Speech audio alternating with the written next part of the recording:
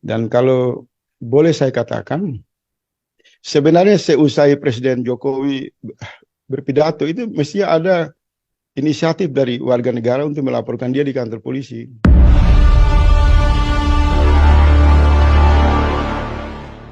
Kenapa? Karena ucapannya itu tidak sejalan dengan tindakannya. Dia berpidato mengatakan misal tentang moralitas, kejujuran. Dia tidak punya moral dan dia tidak punya kejujuran. Dia tidak mencemaskan kehidupan bernegara yang semakin terjebak dalam wabah korupsi yang ganas, sumber-sumber kekayaan alam kita dirampok, utang luar negeri kita menumpuk.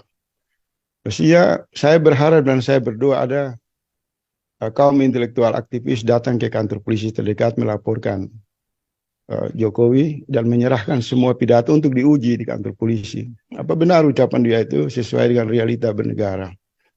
Karena usai dia berpidato, hampir mayoritas suara di media sosial mengatakan pembohong, munafik. Semua yang Anda bicara itu bertentangan dengan realita, dengan situasi yang terjadi. Nah, kalau misalnya seorang tokoh kritis berbicara dinilai oleh kekuasaan bertolak belakang dengan kenyataan, maka mereka akan melaporkan ke kantor polisi. Nah, harus ada juga timbal balik kalau presiden yang kerjanya berbohong, munafik, kemudian hanya 9 kali menggunakan pakaian adat yang tadi dibilang Mas Wahyu itu bagus, memberi kesan diskriminasi terhadap adat-adat yang lain kan, itu juga masalah.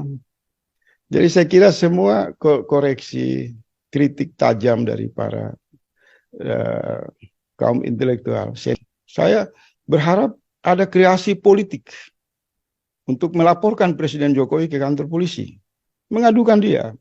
Karena semua ucapan itu tidak terbukti dengan fakta yang terjadi. Sehingga jangan dianggap dia hanya hadir sebagai banyolan, badut berdasi, untuk dengan seenaknya berbicara seolah-olah rakyat ini tidak punya nurani, tidak punya akal sehat. Supaya ke depan tidak boleh ada lagi presiden yang berbicara dengan menggunakan uang negara dalam bentuk pesta pesta protokol negara yang dengan biaya besar ini mereka bebas berbicara seenaknya saja. Jadi kemarahan Dr. Uwaib atas sikap presiden itu saya merasa terwakili. Karena memang ini bukan lagi bajingan kalau kita ingin memilih kata-kata yang lebih kuat di dalam pandangan Islam. Ini perilaku yang jauh lebih hina dari binatang. Bagaimana bisa orang sekolah susah, rakyat hidup menderita, sumber-sumber kekayaan alam dirampok, kemudian presiden itu membelanjakan uang negara, beli atribut yang super mewah, tampil di acara-acara yang sangat mewah setiap tahun, kemudian menunjukkan kesombongan dari perilaku hedonisme di depan rakyat yang hidupnya tergila. Ini menyobek hati kita semua. Ini bukan satu pesta yang bisa dilegalkan. Ini kejahatan, jauh lebih jahat dari Belanda, dari kolonialisme. Mereka tidak pantas berbicara merdeka. Bajingan semua mereka itu. Kalau dalam bahasa film kartun, ini tikus-tikus berdasi yang diberi ruang atas nama proses demokrasi yang amburadul. Mereka lahir dari proses politik transaksional. Orang-orang ini tidak pantas berbicara mewakili negara dalam pidato-pidato kenegaraan yang sangat sakral. Mereka jelas mengkhianati sumpah jabatan. Mereka jelas mempermalukan kemanusiaan kita.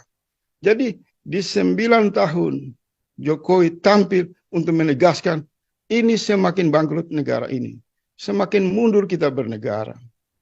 Negara dibikin jadi badut-badut saja sebagai pengisi acara di ruang televisi. Kemudian setelah usai mereka berpidato, rakyat dibuat menangis oleh berbagai kebijakan yang sangat tidak adil. Rakyat dibuat menderita dengan aneka regulasi, dengan aneka kepentingan politik jahat. Oleh sebab itu, izinkan saya Ustaz Slamet, saya memperkenalkan istilah Firdodo itu, sebenarnya itu satu puncak kemarahan saya. Bahwa jangan menganggap bahwa rantai kejahatan itu terputus. Dalam nama lain, praktek ketidakadilan, kekuasaan yang semena-mena diabadikan di Al-Quran dengan nama Fir'aun. Tapi dalam realitas kekinian, Firdodo itu jauh lebih rusak, memancarkan gelapnya kejahatan dalam bernegara. Tapi ada ikhtiar lain juga.